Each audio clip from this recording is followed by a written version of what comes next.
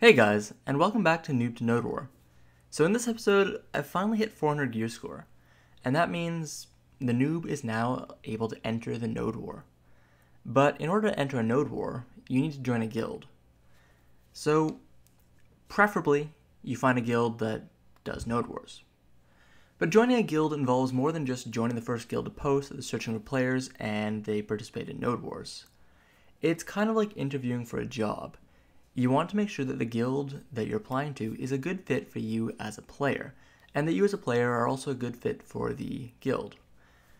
So the criteria I personally use when I'm searching for a guild are, do I meet the guild requirements? So right off the bat, there's no point in applying to join the guild if you don't meet the requirements. It never hurts to ask if you're fairly close or feel that you can meet them fairly quickly, but there's not much of a point in joining a guild that's advertising, hey, we're looking for 520 gear score players when you're at 410. Adding on to that, you also kind of want to know what the guild's schedule is.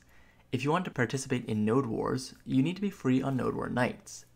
Each guild has different nights they like to participate in Nodewars. Some guilds do one Nodewar a week, others do several.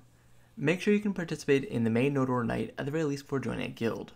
And the main Nodewar night is usually sometime between Monday and Friday. So ask whoever you're talking to, usually an officer or the guildmaster themselves, what the main Nodewar night is for that guild and how often they do Nodewars each week. After that, you also want to know how active the guild is. There's no point in joining a dead or dying guild, as that will delay your progress by quite a bit. With less officers online, it'll be hard for you to do guild missions or to raise your contribution points, and with less members, it'll be difficult to have fun and perform well in Nodewars. Joining a dead guild is kind of like, well, running on empty. You're not doing anything, all you're kind of doing is existing in the guild. Even if you get to participate in Nodewars, you're generally going to get stomped, so try to avoid dead guilds. Next, you're going to want to know what the benefits look like. So, when I say benefits, there's a few main benefits each guild offers.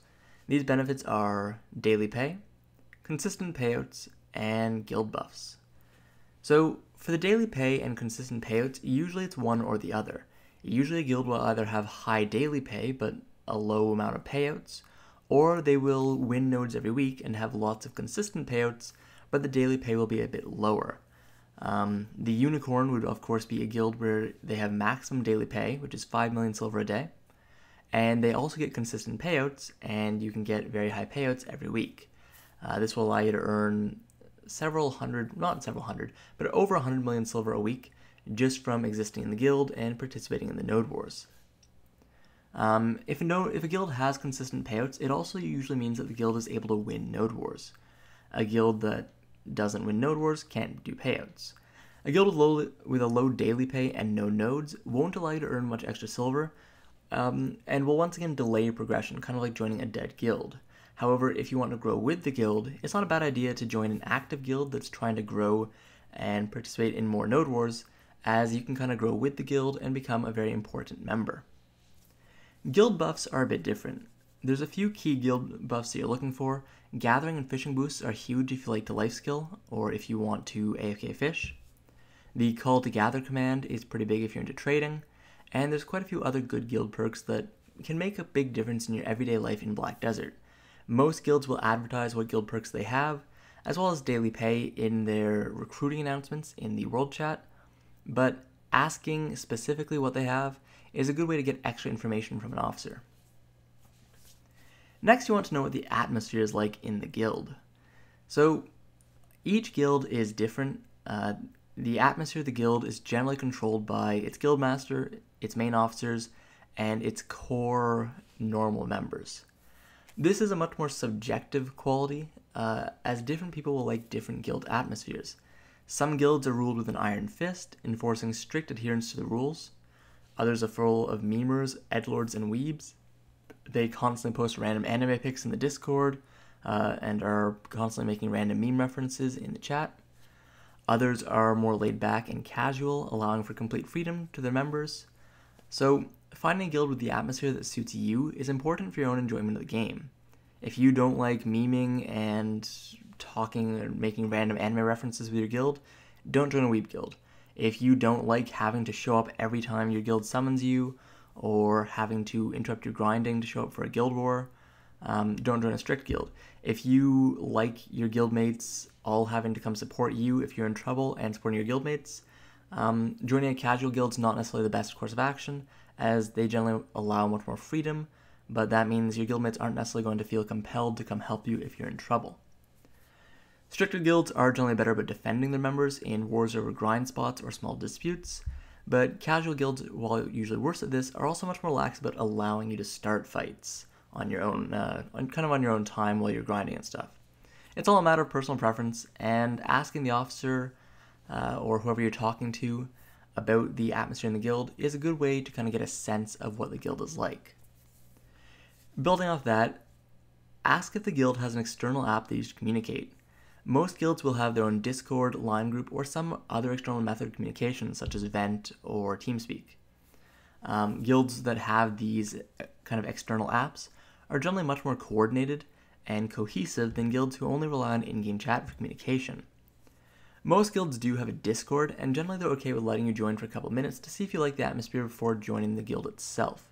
So ask whoever you're talking to if it'd be okay for them to shoot you over a Discord link so you can kind of join in on whatever fun they're having in voice chat, or if there's no one there, you can kind of scroll through the posts and see what they generally act like just among themselves. Finally, you want to ask if there's room for advancement. While a lot of players are fine with just joining a single T1 Nodewar guild and forever remaining a normal member in its ranks, some players want to rise up and become an officer, and they want the guild to advance as well. Finding a guild with similar ambitions to your own and that allows for promotion is a good idea if you're the more ambitious type. On the other hand, if you're fine with being a regular member, don't worry about your guild's ambitions. You can just join another one once you're strong enough to meet the requirements if your current guild, you kind of feel like you've outgrown it. So, applying to join a guild, it very much is like a job interview. You want to promote yourself, you want to talk about your own strengths. For example, if you've managed to hit level 57, 58, or even higher, and you've got well above 400 gear score, even though it's only been like a week since you started playing, promote yourself. Talk about how quickly you've been grinding, how much you play every day, how available you are. Tell them you'll be able to make Nodewar nights. Tell them how much you love PvPing. Basically, kind of sell yourself to the guild. If the guild's more of a life skilling guild that kind of participates in Nodewars, talk about how much you like AFK fishing or gathering. Most guilds aren't going to decline your application, but if you kind of just barely meet the requirements, or you're playing a class that's less desired, such as a ninja or a kuno, then selling yourself as the player rather than yourself as the character is the right way to go.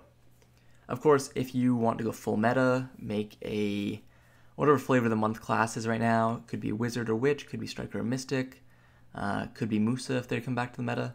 It doesn't matter. Whatever the meta class is, if you're playing that, most guilds will actually allow you in with less gear score than normal. So in some cases, if you want to join a higher tier guild, selling the character before selling yourself as a player is the way to get into higher tier guilds, even if you have lower requirements than they generally accept. Apart from guilds, it's also kind of important to know how Nodewars work. So Nodewars in Black Desert, there's a few rules and a few different things that new players aren't generally aware of. So the first is Nodewars happen from Sunday to Friday, and then the Siege War happens on Saturday.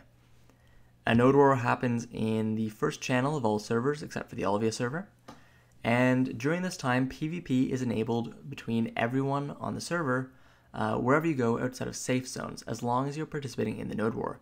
If you're kind of going through any of the nodes that are currently under Nodewar, and a player that's still participating in that Nodewar happens upon you, they can kill you. So try to avoid traveling or grinding in Channel 1 during 9 p.m. to, I believe it's 11 p.m. at night. The time zone does vary a little, but it is standard based on your server. So join the Nodewar. What your guild needs to do is build a fort. The fort has to be ready before the Nodewar starts. I believe up to an hour before the Nodewar starts is when the fort has to be finished building. Then you want to build the sort of buildings around your fort. So if you ever watched videos of Nodewars, you'll see barricades, flame towers, recovery centers, this is your annex. The annex surrounds the fort, and this makes up your command post pretty much. If you don't put any other buildings down, generally what you're trying to do is called a snipe, and a snipe is when you just post a fort there, no one shows up, and you hope that you were the only guild to post a fort on the node, and that you just win by default, because winning by default is still winning. After that, once the node war officially starts, your job is to discover the enemy's fort, and then take your guild and go destroy the enemy's forts, or just single fort if there's only two guilds on the node. There can be multiple guilds on the same node. I think I've had like 5 or 6 guilds on the same node before, and it can go much higher. So be prepared to have to both defend your fort against multiple guilds while trying to defeat each of the other guild's forts. There's lots of politics that come into play here. Generally, if you're an officer or the guild master, members of other guilds might contact you for an alliance against the other guilds on the node. Sometimes you can get even a more long-lasting alliance where one of the guilds will get this node that you're currently fighting on, and then the next node war you'll both drop on the same node, and the other guild will get the node, and so on and so forth. So once you've discovered the forts, you need to destroy them while protecting your own fort. Once your fort is the last one standing, before the node war officially ends, so you only have 2 hours, from 9 to 11, if the time hits 11 and there's still multiple forts on the node war ends and no one gets the node. I'm not sure if it defaults to the main owner or not, but you do not win the node if you are still on the node while there's another guild's fort on the node. You need to win in the 2-hour time span. So, node wars, it's not like every night there's a node war for that node. You don't need to worry about winning a node and then the very next night having to defend it again and again and again, even against snipes. Each node has their own days that they become available for a node war. If we call the nodes Node A, Node B, and Node C, Node A would have a node war on Monday, Node B would have a node war on Tuesday, and Node C would have a node war on Wednesday.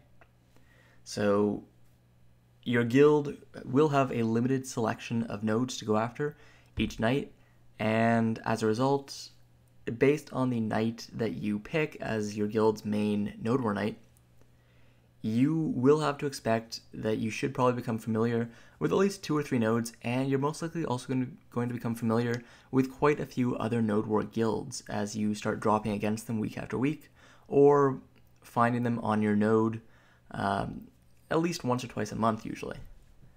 So finding nodes, and especially finding nodes that you like to drop on, that you don't think other guilds really like that much, and that you start to learn the ins and outs of where to build on that node, where other guilds like to build, and special little tricks you can use based on the topography of the node, is a pretty good way for a weaker guild to start rising up and fighting, not quite on even footing, but more evenly against stronger guilds. Node wars are definitely one of the biggest parts of Black Desert, if not the biggest part of Black Desert outside of Siege, and participating in the true endgame of Black Desert is pretty fun. If you can get an even strength node war fight, it's a lot of fun. However, as a noob with 400 gear score, don't expect to do much in node wars. Even once you get 450, 460, 470, you're still going to be considered cannon fodder in most guilds, even tier 1 guilds. It's only once you get to about 500 that you start to become stronger and can start to hold your own, and every renown score that you increase after that, every piece of gear score you get, you'll become stronger, you'll become more and more of a key figure in fights over nodes.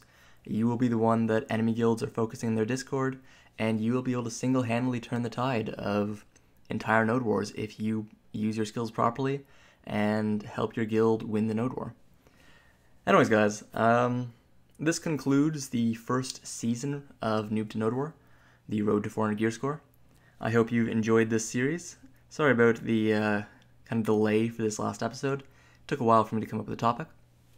Comment below what you'd like to see if I do a season 2. Do I go for 450, 500? What should my goal be? And what would you like to see discussed more in depth about node wars themselves and kind of preparing as a player to join node wars? Anyways, guys, thanks for following along with this kind of short series. Subscribe if you liked it, and have a good one.